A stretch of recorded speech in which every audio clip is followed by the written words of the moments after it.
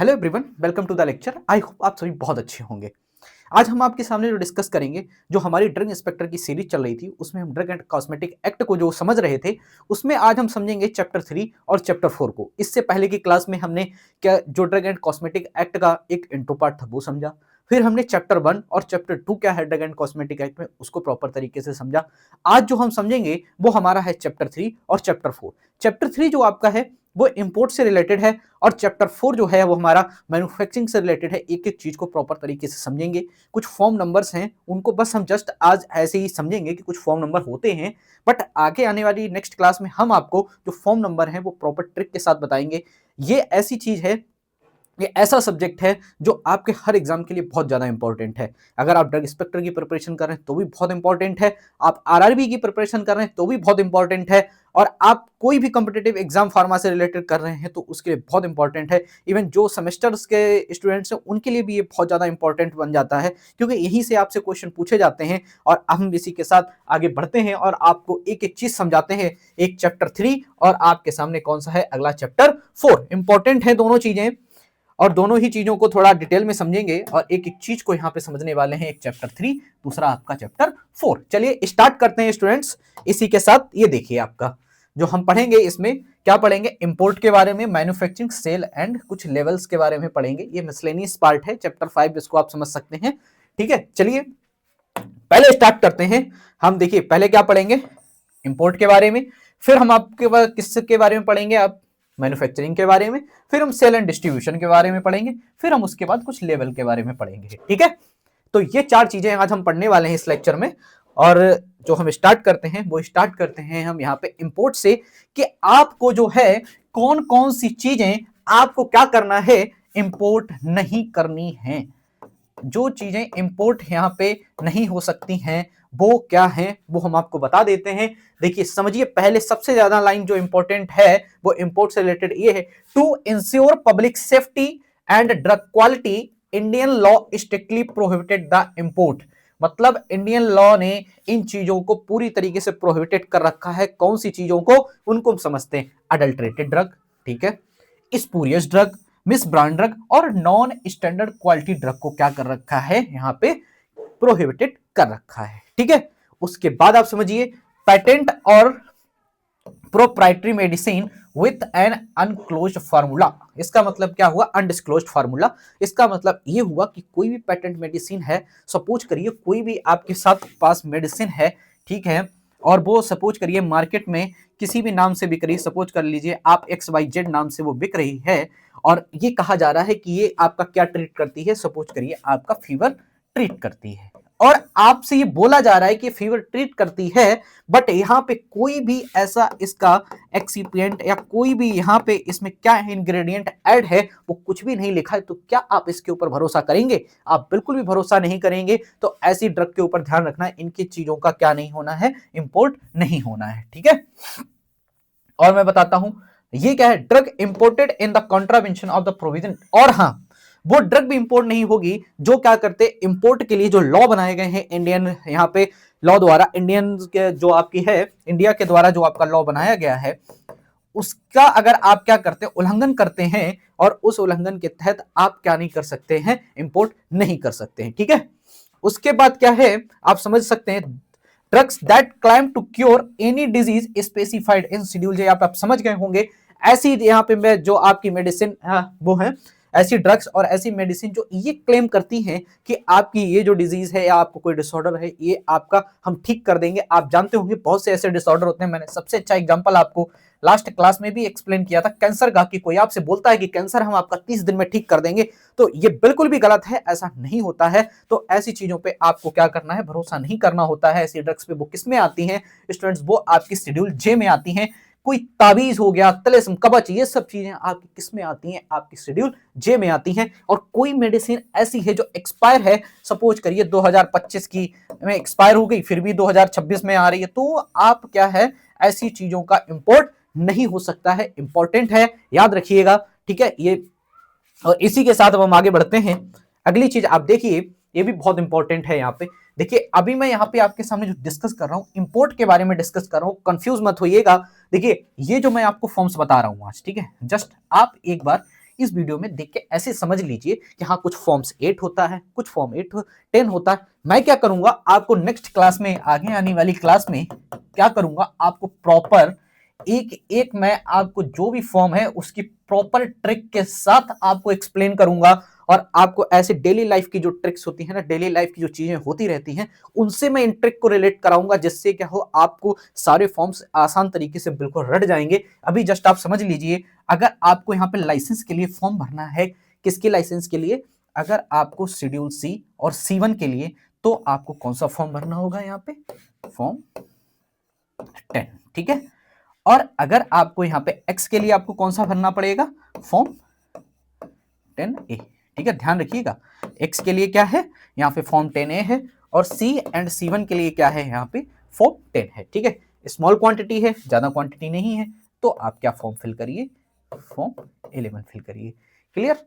अब देखिए application process, अगर आपको एप्लीकेशन के लिए कौन सा फॉर्म फिल करना है, सपोज करिए अगर आप फॉर्म 8A जो है, फॉर्म 8, पहले तो आप समझिए जो आपका फॉर्म 8 है ये क्या होता है, ऐसी ड्रग्स के लिए होता है, ऐसे समझ लीजिए एक्सक्लूडिंग जो शेड्यूल एक्स की मेडिसिन है उनके लिए एक्सक्लूडिंग में वो आप यही सारी आ जाती हैं आपकी C एंड C1 की। और फॉर्म 8A जो आपका होता है वो किसके लिए होता है, वो आपका एक्स के लिए होता है, ठीक है, समझ गया। उसके बाद अगर आपको क्या करना है, import of testing and personal use, अगर क्या है फॉर्म जो 12 होता है आपका, फॉर्म जो 12 रहता है वो किसके लिए रहता है स्टूडेंट्स, यहाँ पे फॉर्म 12 आपका टेस्टिंग के लिए रहता है, ठीक है। और जो आपका फॉर्म 12A होता है वो किसके लिए होता है, वो आपका पर्सनल यूज मेडिसिन के लिए होता है, ठीक है। तो ये याद रखिए, कुछ फॉर्म्स हैं, इनको जस्ट आप समझ लीजिए, अभी मैं आपको इनकी प्रॉपर टिप भी समझाऊंगा। और देखिए लाइसेंस की वैलिडिटी कितनी होती है, 3 साल के लिए, बहुत इंपॉर्टेंट है, ये क्वेश्चन आपसे पूछ सकते हैं, वहां पे लिख के आ सकता है 3 इयर्स 5 इयर्स 8 इयर्स 7 इयर्स। तो आप मोस्टली जो आप कंफ्यूज होंगे वो मैं आपको अभी बता दे रहा हूं, आप कंफ्यूज होंगे 3 ईयर में और 5 ईयर में, क्योंकि कुछ जगह पे आप 3 ईयर पढ़ोगे, कुछ जगह पे अभी कुछ चीजों में आगे आने वाली जो वैलिडिटी होगी उसमें 5 इयर्स भी पढ़ोगे। तो आपको ये एग्जाम में हो सकता है कंफ्यूजन क्रिएट कर दे कि किसका 3 इयर्स था किसका 5 इयर्स था। तो यहाँ पे आप समझ लीजिए इंपोर्ट लाइसेंस के लिए जो है वो कितना है, आपका 3 इयर्स है। ओके, ठीक है, आगे बढ़ते हैं। आगे जो है आप ऐसे समझिए परमिटेड एंट्री पॉइंट्स, ठीक है। एंट्री पॉइंट कौन कौन से हैं, ठीक है, जिनके द्वारा इंपोर्ट होता है। ओके, समझ गए हो ना, किसके कौन से रूट के द्वारा इंपोर्ट होता है। तो आप ऐसे समझिए YC, सी का मतलब आप समझ गए होंगे, यहाँ पे समुद्र, ठीक है, ठीक है, समुद्र। तो समुद्र के रास्ते से कहां कहां पे इंपोर्ट होता है, तो वो होता है चेन्नई में, कोलकाता में, मुंबई में, नाहवा सेवा, कंडाला, कोच्चिन, ठीक है, ये इंपॉर्टेंट है, नाम याद रखिएगा। एयर के थ्रू कहां पे होता है, मुंबई, चेन्नई, कोलकाता, दिल्ली, अहमदाबाद और हैदराबाद। बाई रेल के फिरोजपुर कैंट और कहां, अमृतसर, ठीक है। ये बाई रोड कहां होता है, रेक्सुअल फ्रॉम ड्रग फ्रॉम नेपाल, और रेड के जो आपका रोड के द्वारा होता है वो कहां होता है, नेपाल के द्वारा होता है, ठीक है। अब इसमें क्या कर सकते हो, अगर आप सपोज करिए कोई ऑफेंस आप करते हो, जैसे कि सपोज आपने क्या किया, इंपोर्ट आ गया, किसका इंपोर्ट आपने किया, अडल्ट्रेटेड या स्पूरियस ड्रग का, तो आपके ऊपर फाइन और इंप्रिजनमेंट लग सकता है। Importing of a drug in the contravention, अगर आप कोई भी रूल का उल्लंघन करते हैं तो क्या कर सकते हैं, आपके ऊपर 5,000 रुपए का फाइन लगाया जा सकता है, हो सकता है आपको 3 साल की क्या दे दी जाए, यहाँ पे सजा दे दी जाए। इंपॉर्टेंट है, ये चीजें समझिए। हो सकता है, देखिए स्टूडेंट्स, अभी आप इस जगह पे जब आप ड्रग इंस्पेक्टर की प्रिपरेशन कर रहे हैं तो आप ये चीज समझिए, इस जगह ऐसा नहीं है आपने क्या किया, चेन्नई कोलकाता याद कर लिया, यहाँ से आपने एयर में मुंबई और चेन्नई याद कर लिया तो आपका काम हो गया, नहीं। आपको क्या करना है, ये सारी चीजों को पढ़ना है, सारे के सारे ये आपको याद करने पड़ेंगे कि यहाँ पे सी के द्वारा कौन कौन सा कहाँ कहाँ होता है, एयर में कहाँ कहाँ पे होता है, रेल में कहाँ कहाँ होता है, रोड पे कहाँ कहाँ होता है, ये याद रख लीजिए, ठीक है। नेपाल का तो आप सीधा सा समझ लीजिए कि बाई रोड से होता है, ठीक है। और आपका रेल फिरोजपुर और अमृतसर, ये चीज इंपॉर्टेंट है, थोड़ा समझ के पढ़िएगा, क्योंकि देखिए क्वेश्चन यहीं से निकलेंगे और यहीं से आपका सिलेक्शन भी डिसाइड होने वाला है। क्योंकि आप DI की प्रिपरेशन करें और DNC आपसे छूट जाए और DNC आपसे ना पूछा जाए, ऐसा तो हो ही नहीं सकता। क्वेश्चन तो यहीं से आने हैं सबसे ज्यादा, ठीक है। फिर देखिए मैं आपको बताता हूं, अब हम जो चल रहे हैं वो हम स्टार्ट करते हैं इसी जगह से, चैप्टर 4 की तरफ चलते हैं, ठीक है। चैप्टर 4 जो है, देखिए वो क्या है, मैन्युफैक्चरिंग के बारे में। देखिए स्टूडेंट्स, यहाँ पे एक चीज और समझिएगा, आप ये मत करिएगा कि यहाँ पे बहुत लेंदी आप अपने नोट्स बना रहे हैं। आप लेंदी नोट्स बनाएंगे, एक एक चीज को बहुत प्रॉपर तरीके से नोट करेंगे तो आपको क्या है यहाँ पे चीजें थोड़ी कम याद होंगी। आप क्या करिए, कुछ फ्लो चार्ट टाइप में बनाइए चीजों को, या फ्लैश कार्ड टाइप में बनाइए, उससे आप रिवीजन करेंगे तो आपको चीजें बहुत ही आसान तरीके से समझ आएंगी। ठीक है, जैसे कि मान लीजिए ओरल लिक्विड अगर आपका है तो मैन्युफैक्चरिंग उसका एरिया कितना होना चाहिए, कंप्लीटली उसका होना चाहिए 30 मीटर स्क्वायर या 30 स्क्वायर मीटर, एक ही बात होती है।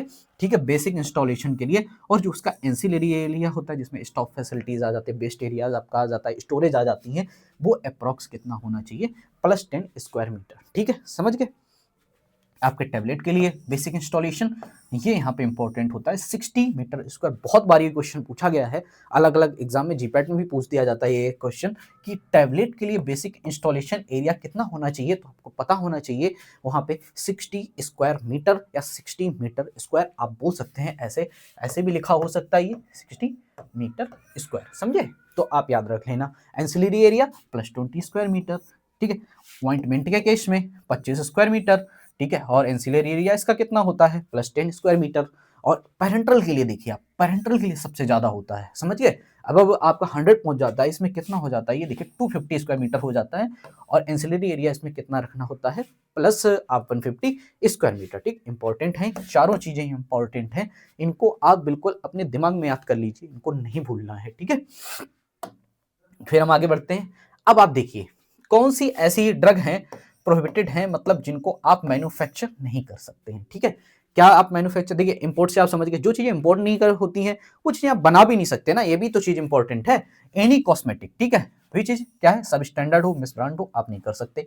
आप ऐसा कोई पेटेंट और प्रोप्राइटरी मेडिसिन जिसका क्या है, आपने फार्मूला ही क्या नहीं किया है, उसका आपने फार्मूला ही मतलब ओपन नहीं किया है, आपने क्या किया, फार्मूला को ही क्या किया, डिस्क्लोज नहीं किया है, आपने उसको बताया ही नहीं है किसी को। ठीक है, और आप, मैंने अभी आपको बताया था शेड्यूल जे की, ठीक है, अभी आपको बताया था कैंसर के बारे में।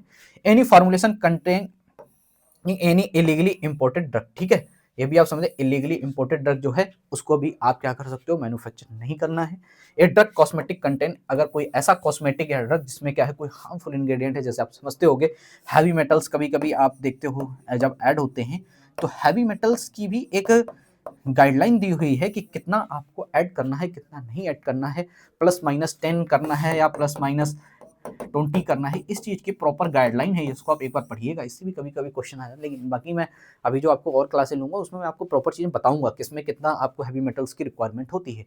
ठीक है, तो आप इतनी चीजों को क्या कर सकते हैं, ऐसी चीजों को आप मैन्युफैक्चर नहीं कर सकते हैं। ठीक है,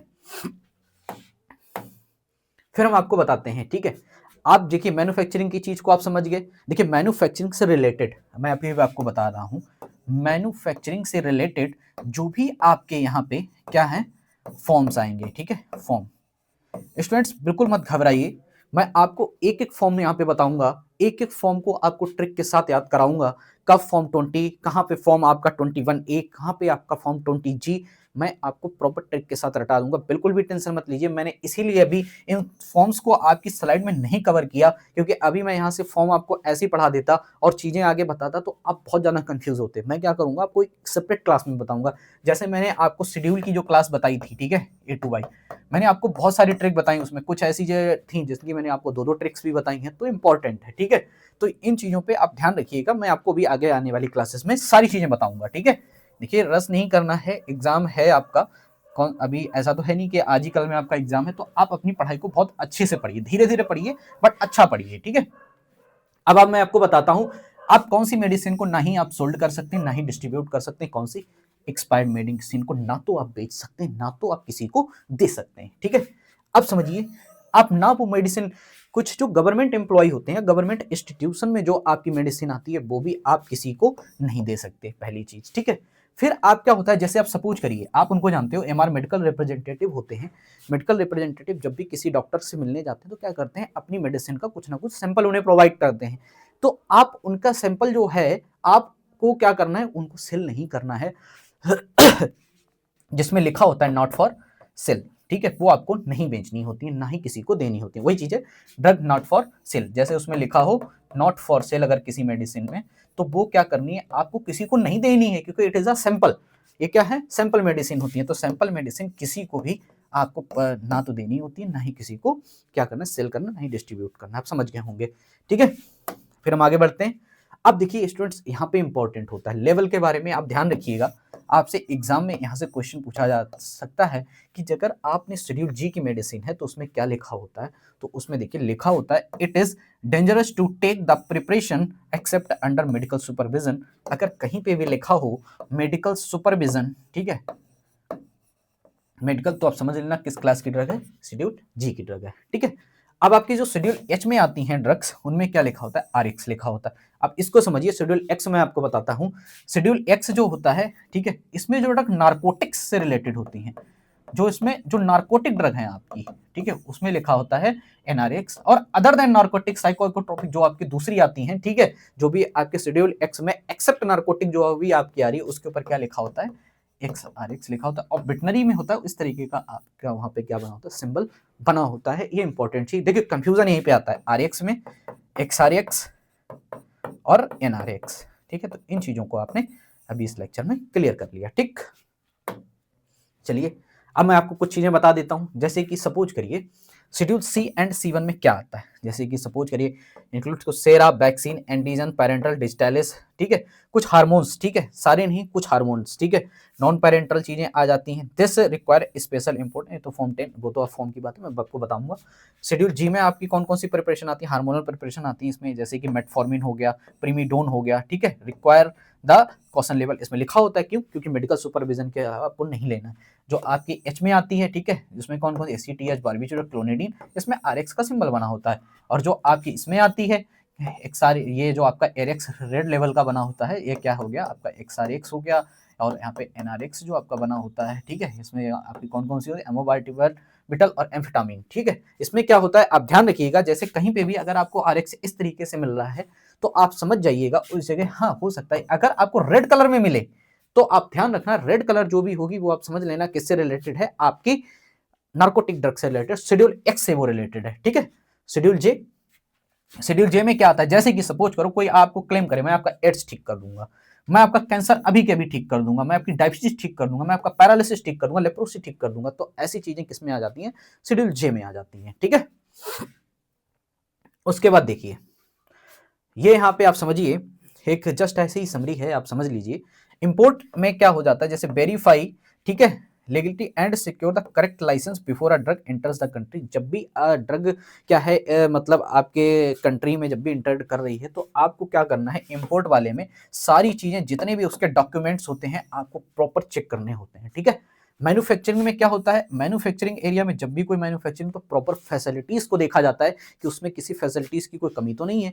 तो ये जब आपको शेड्यूल, जब आप जीएमपी पढ़ोगे ना तो वहां पे आपको ये चीज सारी चीजें समझ आएंगी, ठीक है। अब सेल में क्या करना होता है, आपको वैलिड लाइसेंस रखना होता है, ठीक है, वैलिड लाइसेंस रखना है, क्योंकि जो अगर आप किसी चीज की सेल कर रहे हैं तो आपको क्या है, उसने उस चीज का आपने लाइसेंस ले रखा होगा, तभी तो आप सेल करेंगे, ठीक है।